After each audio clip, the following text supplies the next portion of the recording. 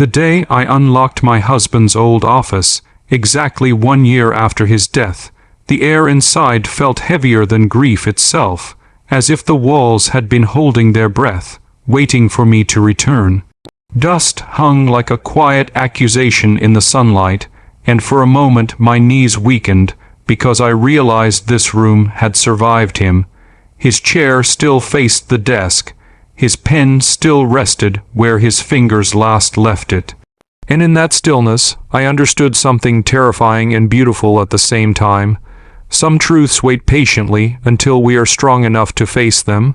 Before this story goes any further, if you believe in kindness, in second chances, and in the quiet ways love continues even after loss, please take a moment to like this video, share it with someone who might need hope today, leave a comment, and subscribe to the channel.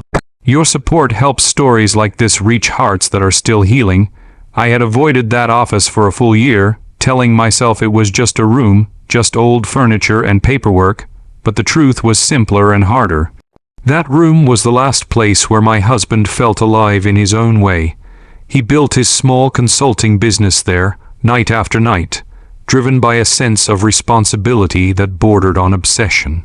When he died suddenly from a heart attack, I inherited not just a house and a life turned upside down, but also that room, sealed in memory and pain. Renovating it was supposed to be practical. The house needed space, and I needed income. I planned to turn it into a rental workspace, something clean and neutral that erased the past enough for strangers to use it without questions. The first days were mechanical.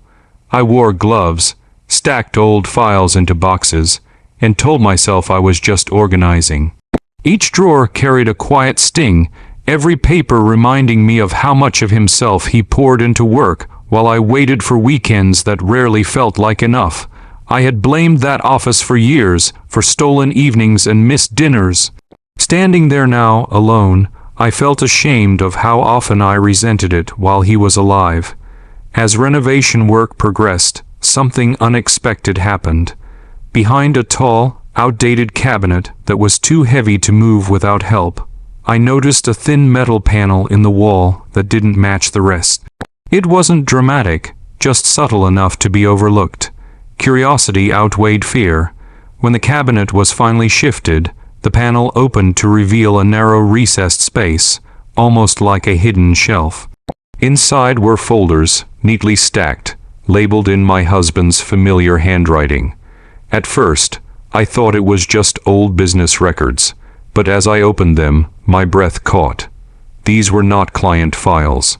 They were letters, notes, receipts, and carefully typed summaries. They documented something I had never known about my husband. Over the next few days, as I read through them slowly, the picture became clear, and it shattered the version of him I had carried in my grief. For years, my husband had been quietly helping people in crisis. Former employees who had fallen into debt, clients who couldn't pay medical bills, strangers referred by friends who needed help starting over. He had set aside a portion of every major contract to fund what he called, in one handwritten note, the quiet work. He never spoke of it, never sought recognition, and never even told me. Some files contained follow-up notes written months later, checking whether a family had stabilized or a business had survived. In many cases, the help had gone far beyond money. He mentored people, connected them with opportunities, and walked beside them until they no longer needed him.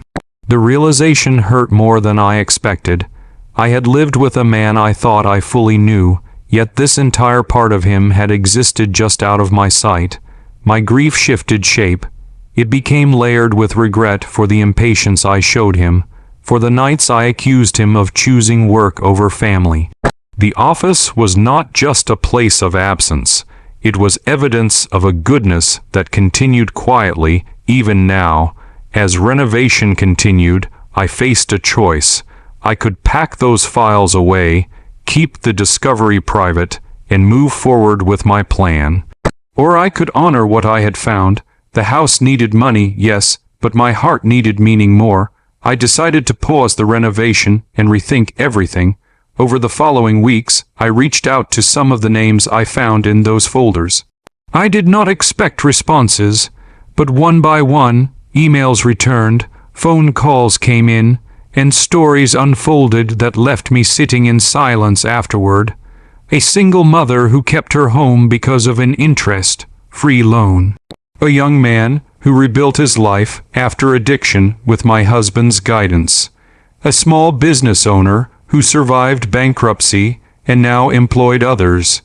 Each person spoke of him not as a hero, but as someone who simply showed up when no one else would. Hearing these stories changed the way I saw my own future. I realized my husband's work did not end with his death. It was unfinished, waiting for someone to decide whether it mattered enough to continue. The renovation took a new direction. Instead of erasing the office, I preserved its heart. The space became a small foundation office, dedicated to continuing the quiet work he believed in. I used the funds he had set aside, combined with what I could manage myself, to support people the same way he once did. The first time someone sat at that desk again, not to work for profit, but to plan a way forward after hardship, I felt something loosen inside me. Grief did not disappear, but it softened. The office no longer felt like a tomb of memories. It felt alive, purposeful, and connected to something larger than loss. There were challenges, of course. Managing finances alone, learning processes he handled effortlessly, and facing days when the weight of responsibility felt overwhelming. Some nights, I cried at the desk, surrounded by papers that reminded me how capable he had been. But each time I considered giving up, I remembered the folders hidden in the wall. I remembered how quietly he believed in people. That belief became my anchor. 1 year after his death, the office that once symbolized distance and resentment became the place where I felt closest to him. Not through objects or memories alone, but through action, through continuing something good simply because it mattered. I stopped measuring my life by what I had lost and started measuring it by what could still be given. As this story comes close to its end, if what you've heard so far has touched your heart, please take a moment now to like this video and share it with someone who might need a reminder that love does not end when life does. Your engagement helps keep stories like this alive. Before the final moments, I want to make a special request. Please comment below and tell us whether you believe people can continue each other's unfinished goodness. Your words may encourage someone who is standing at the edge of a difficult decision.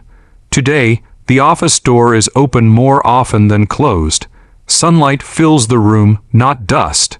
The chair still faces the desk, but it no longer feels empty. I understand now that what I found behind that wall was not just a secret. It was an invitation to see my husband clearly for the first time and to become a stronger, kinder version of myself in the process. If this story moved you, please like, comment, share, and subscribe.